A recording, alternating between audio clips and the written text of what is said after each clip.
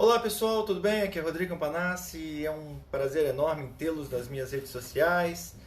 Acabei de receber uma notícia sobre uma decisão do Supremo Tribunal Federal. A decisão está aqui na minha frente agora, que o ministro Edson Fachin ele anulou por meio de um habeas corpus, o habeas corpus 193726 do Paraná, uma decisão, um processo, não só uma decisão, mas o processo, todas as decisões proferidas nesse processo, no famoso processo do Lula.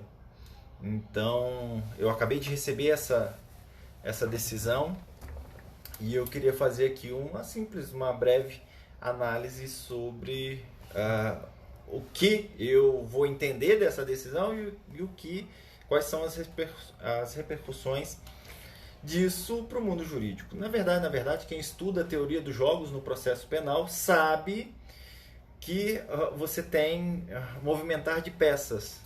E, na minha visão, essa foi nada mais do que uma tentativa do Supremo Tribunal Federal de proteger, de fato, o próprio Poder Judiciário. Aqui a gente tem aqui a Laura. Olá, Laura. Olá, pessoal.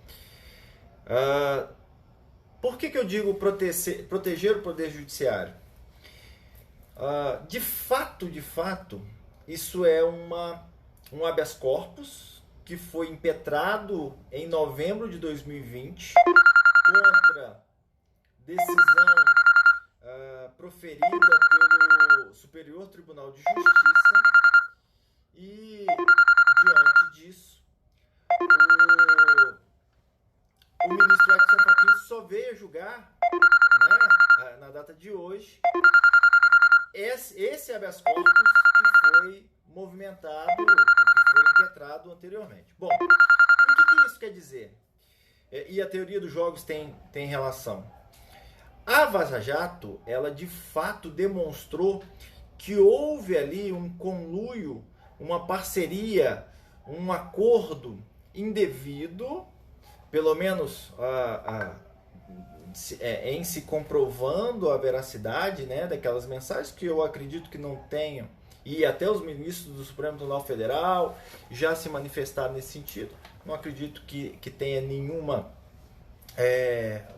fraude de fato, salvo a atuação dos hackers, mas quanto ao conteúdo, acredito que seja verdadeiro, até porque o próprio ex-ministro da Justiça, quanto os procuradores, eles não negaram, eles negam de forma abrangente, mas eles reconhecem que existiam algumas conversas em Telegram. Então, com relação ao fato mesmo, e os ministros do Supremo Tribunal Federal, já alguns manifestaram que existe uma grande probabilidade daquilo ser verdadeiro, sim.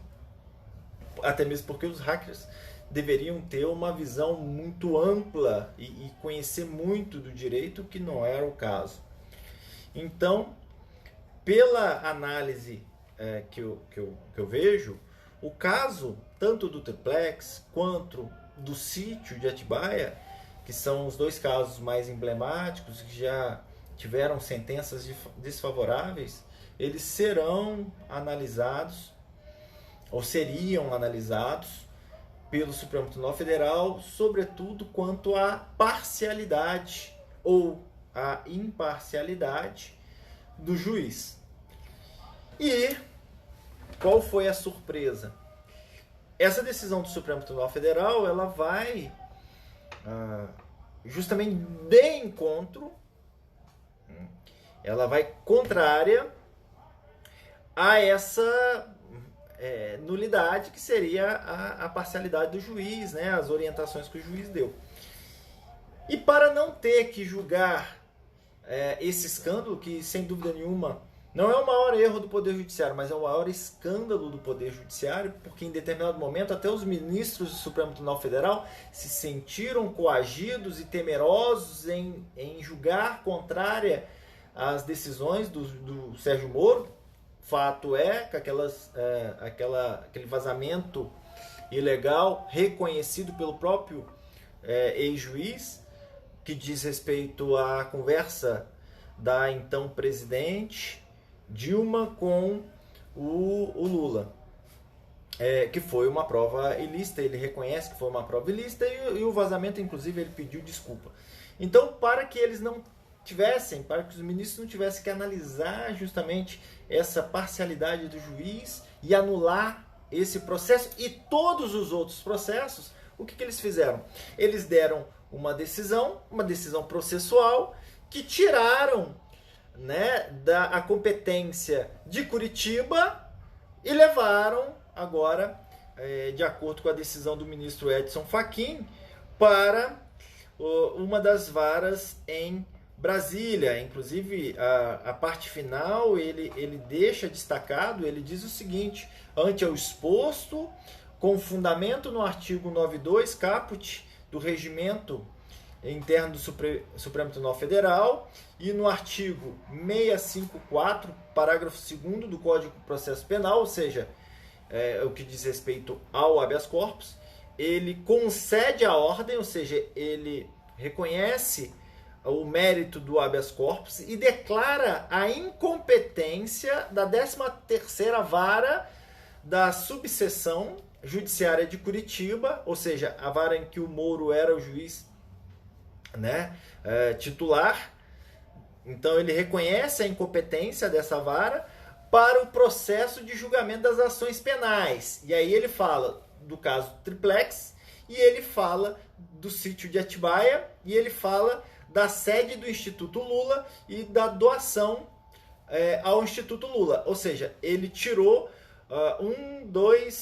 4 processos, os 4 processos do Lula da 13ª Vara de Curitiba, e determinou a remessa para a Brasília, declarando, e aí que vem a grande questão, porque ele não só reconhece a nulidade processual, a nulidade, né, a incompetência e a nulidade dos atos, e até mesmo porque, isso eu acho uma coisa interessante, há muito tempo atrás, eu, quando ainda acadêmico, então tem muito tempo, eu me deparava com um dos princípios da jurisdição, que era o que diz respeito à unidade jurisdicional, né? O poder de dizer o direito, ele é uno, e é uno pertencente a quem? Ao Estado. Então, aonde que estaria isso?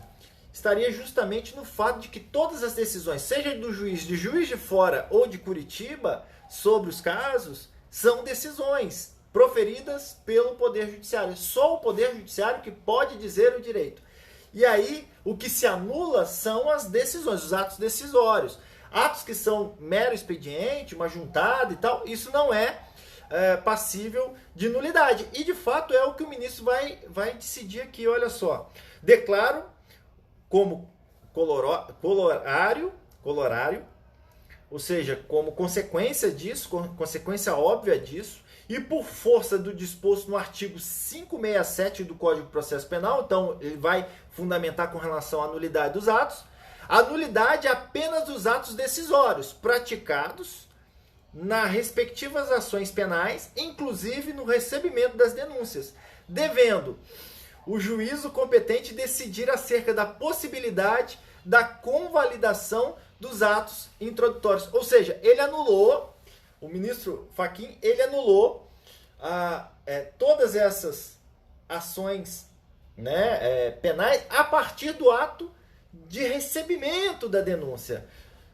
Então, o juiz vai ter que receber novamente, vai ter que mandar citar, o Lula vai poder arrolar outras testemunhas e deixando para o próprio juiz, né? Eu acho que aqui ele até foi um pouco querendo aproveitar algumas provas, ele deixa para o próprio juiz, que vai ser agora distribuído, uma das varas federais. Eu particularmente não sei se em Brasília existe uma vara criminal federal, particularmente, mas ele vai deixar para uma das varas de Brasília para julgar. O que isso quer dizer? Que todos aqueles habeas corpus, todas aquelas decisões que estavam discutindo, eles retornam a estaca zero e a partir desse momento vai começar tudo de novo.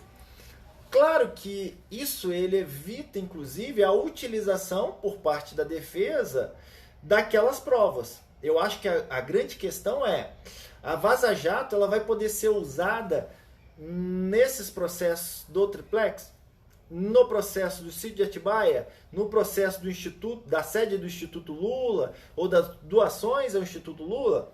Não vai poder mais, porque a não ser que tenha alguma coisa específica, alguma prova ilícita produzida, mas fora isso, com relação àqueles diálogos, aquelas orientações do ex-ministro da Justiça, ex-juiz do caso, elas não vão mais poder ser usadas. E aí que vem a grande questão. Os demais, os demais réus que estão, inclusive, condenados, alguns já fizeram delação premiada, eles poderão utilizar, mas eles tiveram acesso a esse tipo de informação, eles eram citados, não eram citados, e aí? Eu costumo dizer, eu costumo ensinar os meus alunos que para alguns casos, sobretudo aqueles que fizeram a colaboração premiada ou que confessaram, essa prova acaba que vai poder sim ser utilizada.